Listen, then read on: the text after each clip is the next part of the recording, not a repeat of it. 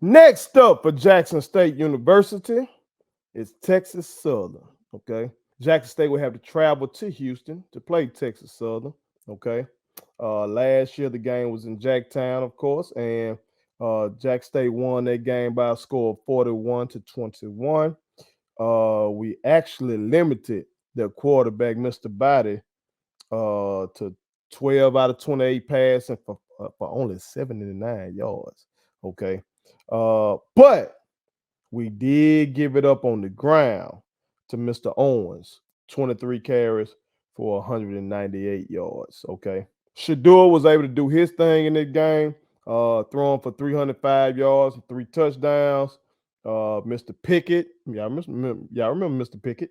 Mr. Pickett went for 104 on the ground, 2 touchdowns, uh, running for 6.9 a carry. Mr. Martin, JD Martin, had 12 carries for 94 yards and a touchdown, 7.8 a clip. Okay. So we got some things done on the ground as well as through the air. Top receivers in that game, Mr. Corbin had 9 catches for 111 yards. And Mr. Wideman, okay, Mr. Wideman, we haven't seen a lot of Mr. Wideman this year.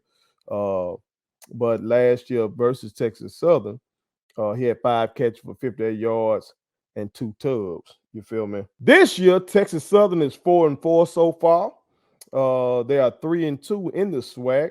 They got wins over Southern, 24-0.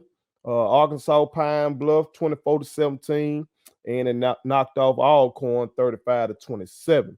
The losses in the SWAC came against Prairie View by a score of 40-23, and they lost to Alabama State, 16-13. Okay.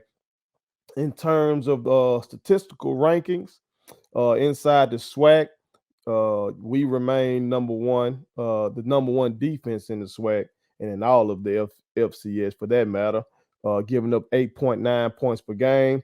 Texas Southern is number 5 in the SWAC, giving up 25.8 points per game. Okay. In terms of scoring offense, we remain number 1 in the SWAC, scoring 40.1 points per game.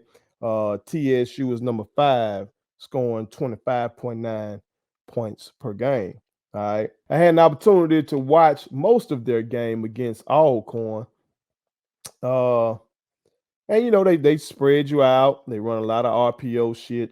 Mr. Body is mobile, you know, to my dual threat guy. This gives them the opportunity to, you know, run some unique plays. Like I noticed on their first touchdown versus Alcorn, they rolled him to the right. They faked the reverse, and then he was able to throw it back across his body for a score. You know, to my, that was an impressive play design.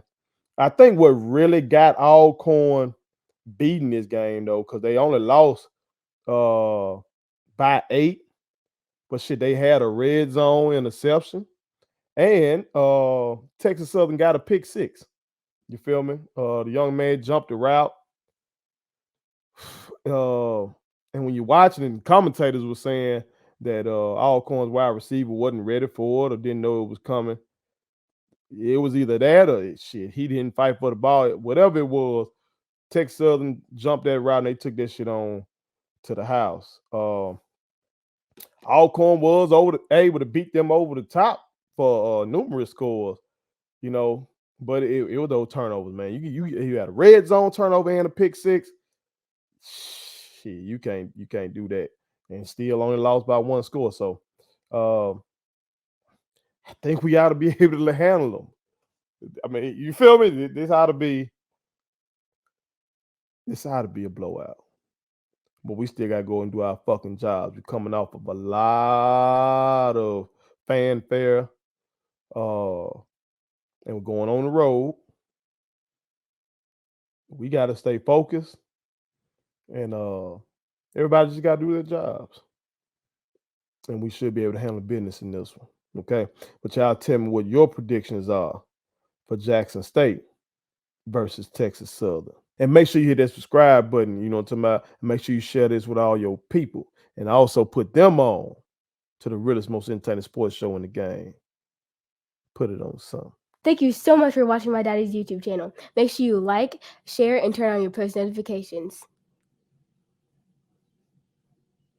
Okay, how do I do it?